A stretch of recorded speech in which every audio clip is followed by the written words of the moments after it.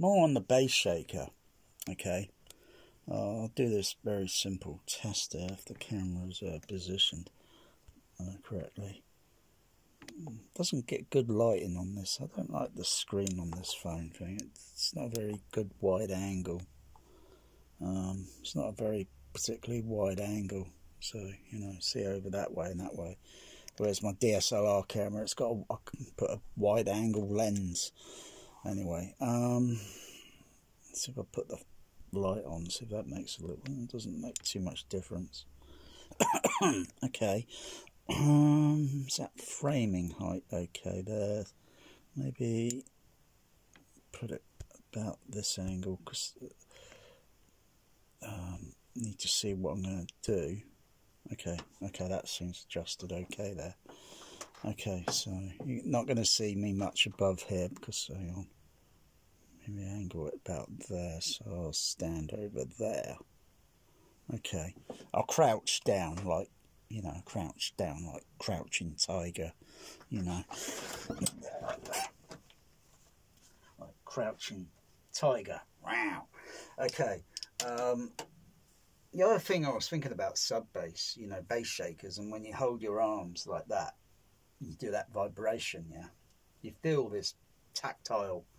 I've got a lot of test, you know, stuff here. You know, I could test this like the bloody movie, like the right stuff. I mean, I've got microphones, I've got biosensors I can put on me and such. But that's for vital signs for an EKG or such. But attach in microphones and such. So how do I perceive that? It's difficult to say whether it's say at 20 hertz, right, and then a little bit is just below it, say in infrasonic, and then a little bit above 20 hertz, because you know. And the other thing is, I'll do this, and then so if I stand up and then go on tiptoes and kind of do that motion. Okay, you saw that, right? That's almost as similar sometimes to the way the bass shaker is, or what I can feel with the bass shaker with regards to the how the bass shaker is fitted to the seat. The sine wave, where it be 20 hertz or go below 20 hertz, 19, 18, 17, and so on down the scale. And you get this, the bass shaker is just like a is only like a voice coil, or it might be a voice coil with a butt kicker or a piston, you know. So you got this, you know, the cylinder sort of thing there, and you got this in between, and it's just moving back and forth, up and down, creates a piston motion, like maybe like on a car engine. And you get those, they're moving very quick. Very fast, and of course with that you feel a motion of, say, a car engine. Every car engine or such, or every engine will have a specific signature characteristic signature. So if you built the same Formula 1 racing car, exactly the same, duplicately, and testing and the engineering and all that, they should all have the same feel, the same feel, unless there's a defect and an engineer or maybe the driver notices and saying, there's something a little bit different about this, you know. It's the same with bass shakers and how they're fitted, and it's like, it's not, you know, you got to get a sine wave. So you look at it on the RTA, and you look on the, you know, you follow the curve, and you got the energy moving there, and as gradually going up in frequency, it increases in loudness because it's going upward. If it were going flat, should be all the same energy. Difficult to say the same, because the characteristic of the bass shaker itself is going to have a specific characteristic curve. and I suppose you have to follow the rules of that curve. If it were linearly flat, then yeah, great. Because then with a crossover filter in and that, you can adjust that shape. But when it's not, then you got a kind. But you do measurement on a sound card, and you should get a flat response. But sometimes the sound card rolls off. Yeah. But what's that got to do with what I just did? It's got everything to do with it, because I'm studying, looking into, doing the tiptoe thing, and you don't hear it very loud. It's kind of person to person sort of thing, and you can feel the energy. And my cat Bear's in the room. I know what he's thinking. Come on, Bear. Come on. Come here. Oh. Little bugger, little fluffy bugger wants to get behind the projection screen, don't you? Mess everything up. He's clever cat. He's clever, aren't you, Bear? He's clever. He wants to get off. He doesn't like being. He's not a lap cat. He likes laying on my chest, don't you? You like laying on me when on the bed, but no. He's not a lap cat. He doesn't like being handled. Typical cat. Yeah, magic. He's a lap cat. He's a real lap cat. Yeah, I think of anyway. So doing the tiptoe motion and sort of thing, and feeling how that motion feels. Yeah, and then of course you're sat in a seat. This is where I think some people, I can agree with, a bass shaker is like a gimmick. Because unless you've got the bass shakers, indulge me, fitted in the seat and the floor, because what happens when you put your feet on the floor? If you're on a bus, yeah, and your feet are on the floor, you feel vibration there in the floor, in the seat. And when you take your feet off the floor in a bus, you reduce a proportion of the mechanical vibration. If you could suspend yourself in the bus, you would only hear the acoustical sound. You wouldn't feel the mechanical sound. You might feel it in the body somewhere, depending on how loud that frequency is, and it means how loud, because there's only certain things you can feel and certain things you can't feel. Like real life, really, you don't feel a lot of the sound that's moving around you. You can feel yourself when you're walking around. You feel the vibration. And what's more interesting is when you wear earplugs, it's really irritating, because then you hear the footstep movement. You can hear it in head cavity sound, and it is really annoying. You got to kind of walk. You got to have the right type of sole, and you got to walk at a certain speed. You go too fast, you can hear this boop, boop, boop, boop, boop in your head, and it's just like the movie Gravity, when they're in the spacesuits and it's pressurized with air, and when they're handling things, you hear all those thump sounds. That's more or less like when you wear earplugs. And if I start handling certain objects, I can gradually hear it coming up this end. But yeah, it's hit and miss. If you don't like traffic noise, where it's continuous, you wear earplugs, it filters out down some of the, but then you hear your footsteps going thump, thump, thump. And yet everyone likes to hear Tyrannosaurus Jurassic Park running around, thump, thump, thump, thump, or King Kong, or whatever, or Godzilla. But yeah, my cat Bear's back in. Yeah, I got him out. What I gotta do is talk very calm, softly. You see, Bear, he likes to interact. Anytime I'm on the phone, Bear runs around. You see. Shh. I'm just looking to see if Bear's behind me. He gets very jealous. Magic. No, he's not like that. But Bear is very. He wants to be on camera.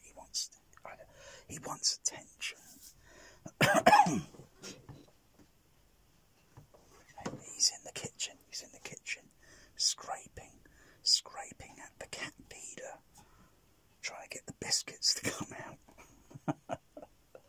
Anyway, so I've done the tiptoe, sort of like, that's one thing. So it's sort of like, you know, but yeah, I did have bass shakers one time fitted on this, on here, down here, but due to the type of surface it is, what it's made of, it's only foam insulation with plywood, and it's used for putting on roofs as such, on a roof as such.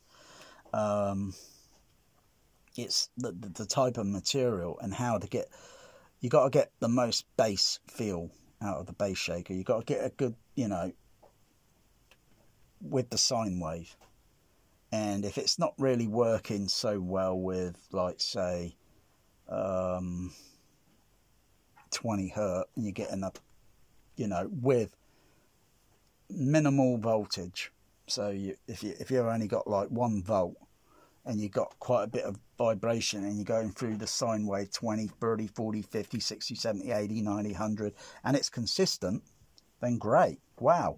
That's just probably a bit of a fluke on how that bass shaker's attached to what surface, because it's very scientific. It's extremely scientific on how it's placed.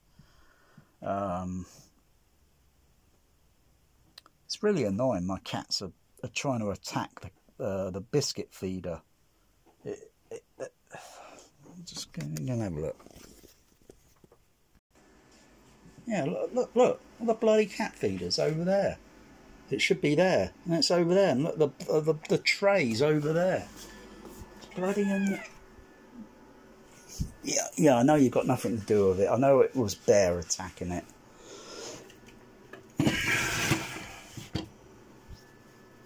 Bloody annoying. I've got bloody blue tack to stick the bloody thing on the bloody floor.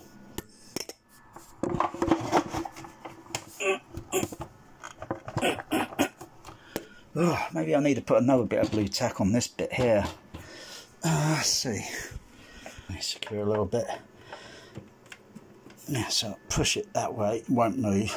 It'll only rock around, But don't underestimate the strength of a cat. Cats are very strong. They're very strong. They're very strong. Don't underestimate their strength. Because everybody's seen the cat Pinky, pet of the week, a loving cat, up for adoption.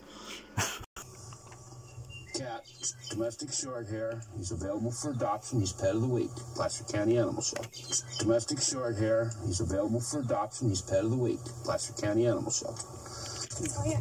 Hey, wild. Pinky, settle down. Oh, somebody gotta catch me. Oh. Somebody gotta catch me. Oh. Just set it over. No. You'll catch Paul. Get out of the ghetto? Yeah, because I'm not going to grab you. Oh. Dude, I think start up in this. Just disconnect it from the jack.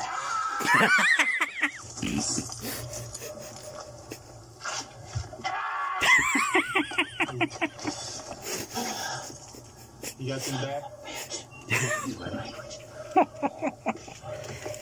Oh, did Pinky have a good good going on his groin? Oh.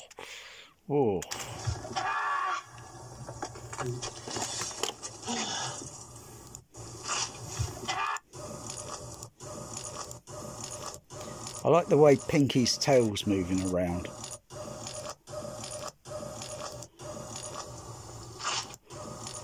Got a real good grip.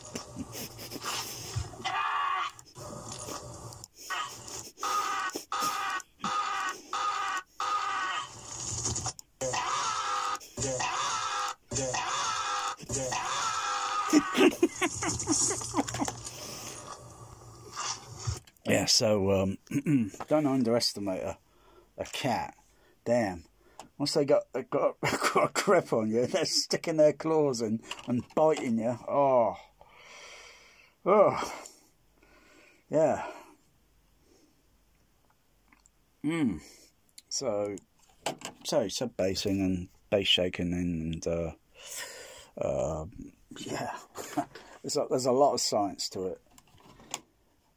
But if you haven't got bass shakers really set up really that well, because they're so small and manageable, they're a bit more than, say, like use a 12-15 inch bass driver and fitting them, a few of them into the floor so you get a vibration.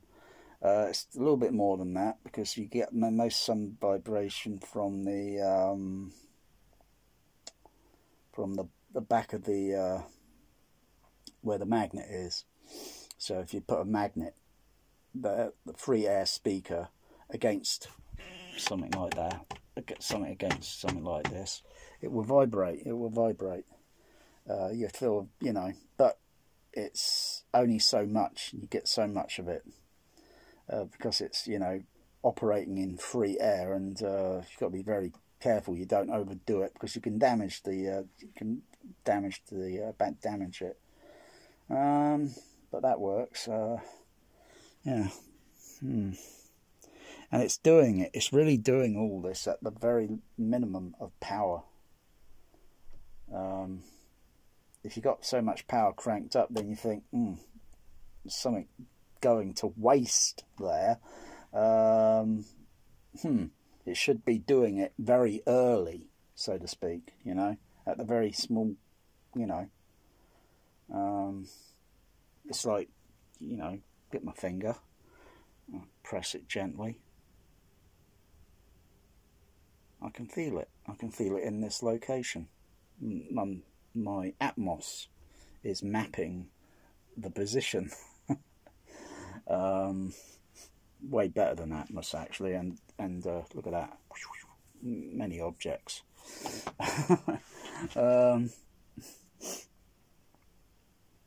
Yeah, it's a very sort of,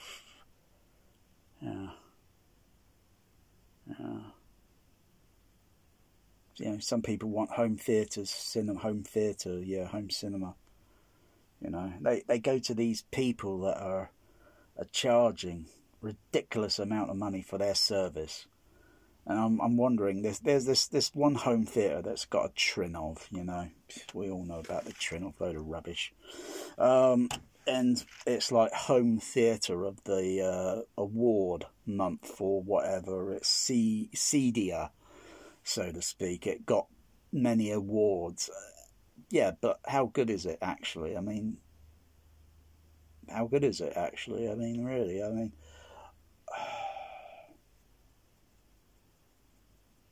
how good is it? Is it like, say, like the Empire Leicester Square? Is it on that sort of pedigree?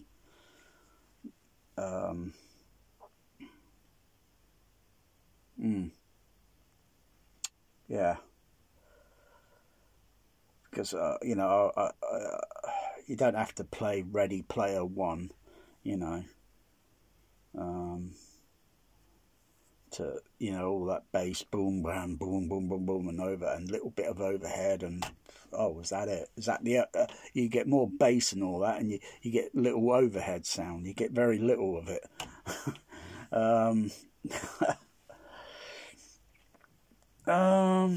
Anyway, yeah. So it's just a rant. Just ranting. Just ranting.